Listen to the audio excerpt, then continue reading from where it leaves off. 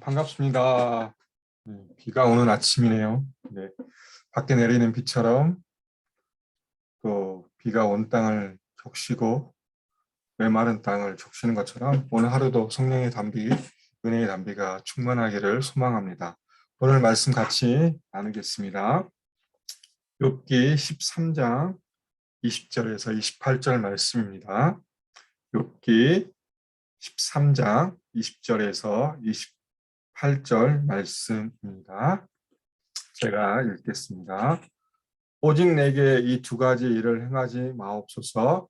그리하시면 내가 주의 얼굴을 피하여 숨지 아니하오리니 곧 주의 손을 내게 대지 마시오며 주의 위엄으로 나를 두렵게 하지 마실 것이니이다. 그리하시고 주는 나를 부르소서. 내가 대답하리이다. 혹 내가 말씀하게 하옵시고 주는 내게 대답하옵소서. 나의 죄악이 얼마나 많으니까 나의 허물과 죄를 내게 알게 하옵소서. 주께서 어찌하여 얼굴을 가리시고 나를 주의 원수로 여기시나이까. 주께서 어찌하여 날리는 낙엽을 놀라게 하시며 마른 검부를 뒤쫓으시나이까. 주께서 나를 대적하사 괴로운 일들을 기록하시며 내가 젊었을 때에 지은 죄를 내가 받게 하시오며 내 발을 착고에 세우시며 나의 모든 길을 살피사 내 발자취를 점검하시나이다. 나는 썩은 물건의 낡아짐 같으며 좀 먹은 의복 같으니이다. 아멘. 오늘 말씀은 욥기 13장 20절부터 28절의 말씀입니다. 오늘은 욥이 하나님을 향하여 다시 한번 자신의 마음을 호소하는 본문을 볼 수 있습니다. 20절에 보면 오직 내가 이 두 가지를 행하게 하옵소서. 하나님, 내가 이 두 가지를 바랍니다. 하나님 꼭 이것을 들어주십시오. 그 마음으로 하나님께 아뢰입니다. 내가 바라는 것, 하나님 이걸 두 가지를 내게 행하여 주시옵소서라고 얘기하는데 그 두 가지가 21절에 나옵니다. 곧 주의 손을 내게 대지 마시오며 주의 위엄으로 나를 두렵게 하지 마실 것이니이다. 첫 번째는 주의 손을 내게 대지 마시오며라고 되어 있습니다. 이것은 쉽게 말하면 육신의 질병, 지금 욥이 가지고 있는 그 고통을 주님 해결해 주십시오라는 의미를 가지고 있습니다. 머리부터 발끝까지 종기로 인해서 고통 가운데 있고 심지어 제 위에 앉아서만 살아갈 수밖에 없는 현실의 욥은 하나님 앞에 첫 번째로 구하는 것은 하나님, 나에게 있는 고통, 이 아픔을 물리쳐 주십시오. 나의 이 질병으로부터 나를 구원해 달라는 요청으로 첫 번째를 말하고 있습니다. 두 번째는 주의 위엄으로 나를 두렵게 하지 마실 것이니이다. 하나님 영광 앞에 제가 두려움을 가지고 있습니다. 하나님 앞에 나아갈 수 있는 힘을 허락하여 주시옵소서라는 의미를 가지고 있습니다. 하나님이 너무 광대하시고 위대하셔서 내가 하나님 앞에 나아갈 수 없는데 하나님 다시 한번 내 마음을 허락하셔서 내가 주님 앞에 나아가 주님 앞에 내 마음을 아뢰일 수 있는 마음을 허락해 달라고 요청하는 것입니다. 첫 번째는 자신의 질병을 해결하기 위해서, 두 번째는 자신의 마음이 다시 한번 하나님 앞에 서기 위해서 이렇게 두 가지를 요청합니다. 그러면서 22절에 보면 그리하시고 주는 나를 부르소서 내가 대답하리이다라고 이야기하고 있습니다. 하나님, 이런 상황 가운데 나를 불러주십시오. 그럼 제가 하나님 앞에 나아가서 함께 이야기하겠습니다.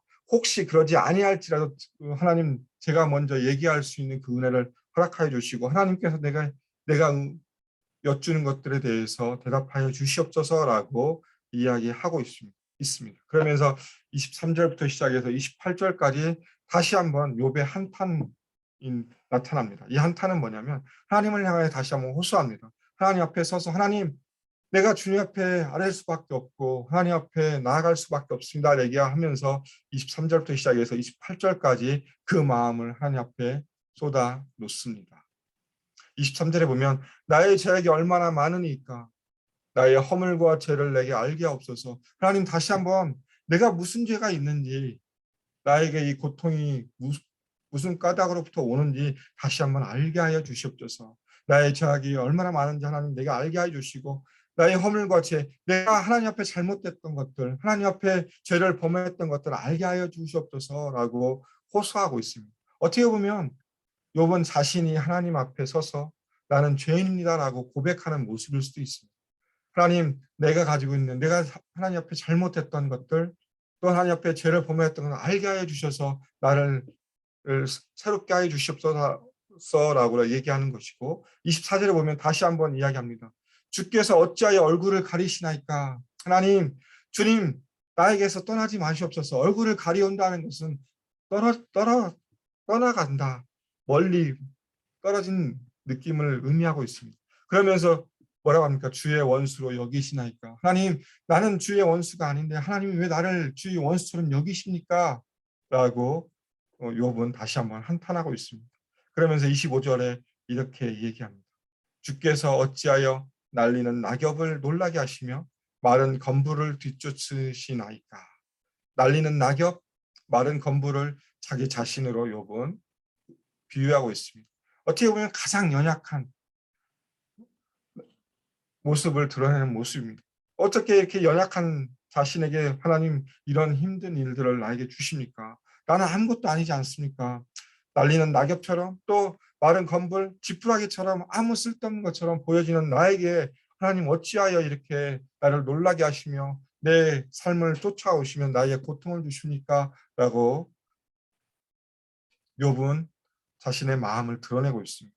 그러면서 26절, 27절에 보면 주께서 나를 대적하사 괴로운 일을 기록하시며 내가 젊었을 때 지은 죄를 내게 받게 하시우며 내 발에 착고를 채우시고 나의 모든 길을 살피사 내 발자취를 점검하시나이다. 하나님이 어떠한 분이신가 다시 한번 고백합니다. 내가 지금까지 태어나서 지금까지 살아온 모든 삶을 하나님께서 보시고 점검하시고 심지어 내 발에 착고를 채우신다. 두 발을 묶으심으로 내가 할 수 없도록 만드시는 분도 하나님이시고 내가 걸어온 모든 길들이 다 하나님 앞에 있고 내가 무엇을 했던 것들, 내가 죄를 지었던 모든 것들도 주님께서 아십니다라고 다시 한번 고백합니다. 그러면서 28절에 이렇게 결론을 맺습니다. 나는 썩은 물건의 낡아짐 같으며 좀먹은 의복 같으니이다.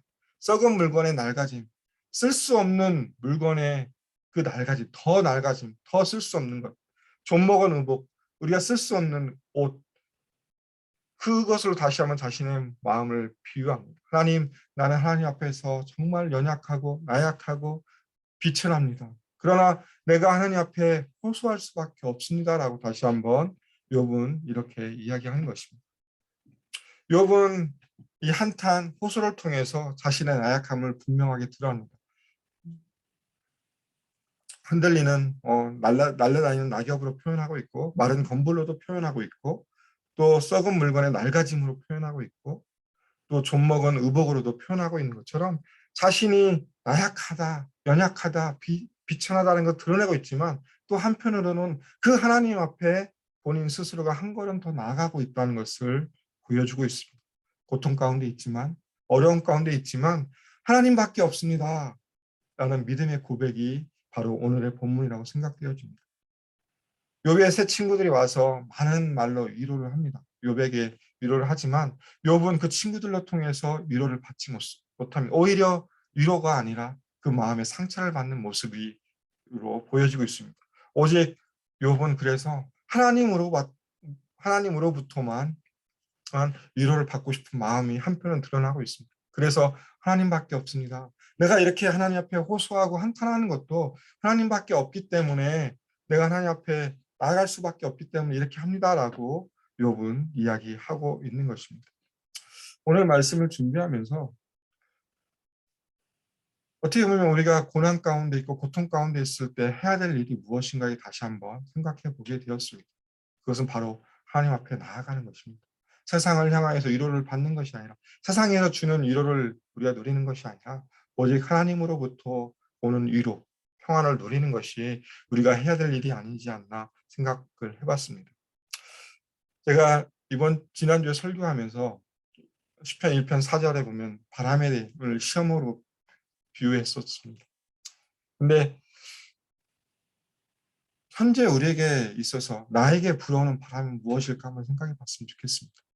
하나님, 이 누구에게나 어려움이 있고 고통과 고난이 있는데 이 시기 가운데 때로는 그것이 경제적인 어려움이 될 수도 있고 또 사람 사이의 관계일 수도 있고 질병의 어려움으로 처해질 수 있는 그런 어려움과 시험 가운데서 과연 나는 얼마만큼 하나님을 향하여 나아가고 있는지 다시 한번 우리의 삶을 점검해 봤으면 좋겠습니다. 그러면서 우리가 할 수 있는 것은 바람 앞에서 당당하게 하나님을 바라보고 하나님을 향하여 믿음으로 우리의 믿음을 고백하는 거라고 생각되어집니다.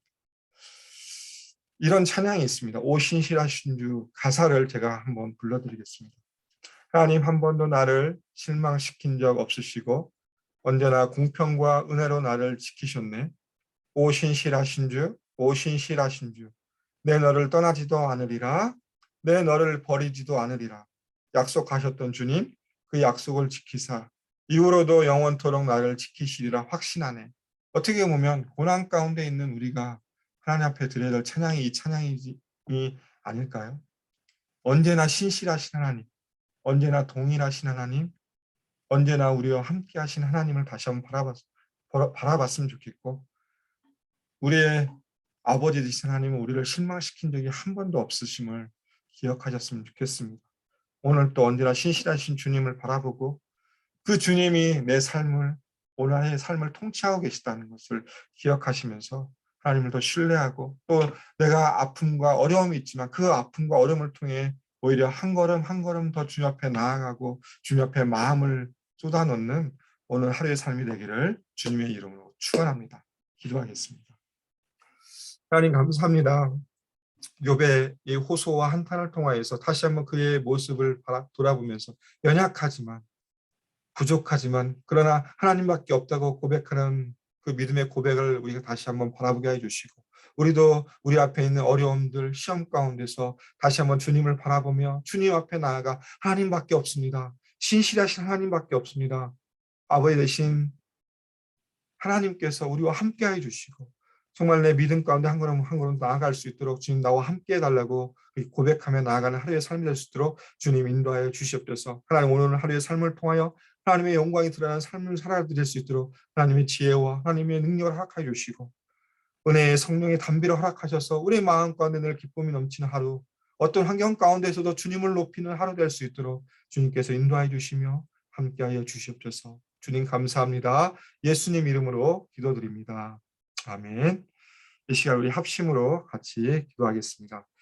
첫 번째 기도 제목은 교회의 비전을 위해서 함께 기도했으면 좋겠습니다. 예수 산책, 말씀의 공동체, 제자의 공동체, 미셔널 공동체로 세워줄 수 있는 AKPC가 되게 해달라 기도해 주시고 또 교회를 섬기시는 리더십들과 우리 사역자들과 또 우리 장로님들, 집사님들 또 수고하시는 모든 분들을 위해서 기도해 주시고 두 번째 기도 제목은 이번 주부터 시작되는 임직자 교육을 위해서 기도해 주셨으면 좋겠습니다. 새로 신임 또 재임하시는 우리 장로님, 안수 집사님, 권사님들 정말 하나님 앞에 다시 한번 마음을 주님 앞에 드리며 다시 한번 헌신을 다짐할 수 있는 시간 될 수 있도록 기도해 주시고 두 번째로 정책 당회를 위해 기도해 주셨으면 좋겠습니다. 내년에 또 우리 교회의 비전을 놓고 함께 나누는 시간 가운데 하나님께서 함께 해주셔서 모든 우리 장로님들에게 지혜를 허락하셔서 정말 아름답고 귀한 정책 당회가 될 수 있도록 기도해 주셨으면 좋겠습니다. 두 번째는 임직자 교육과 정책 당회를 기도해 주시고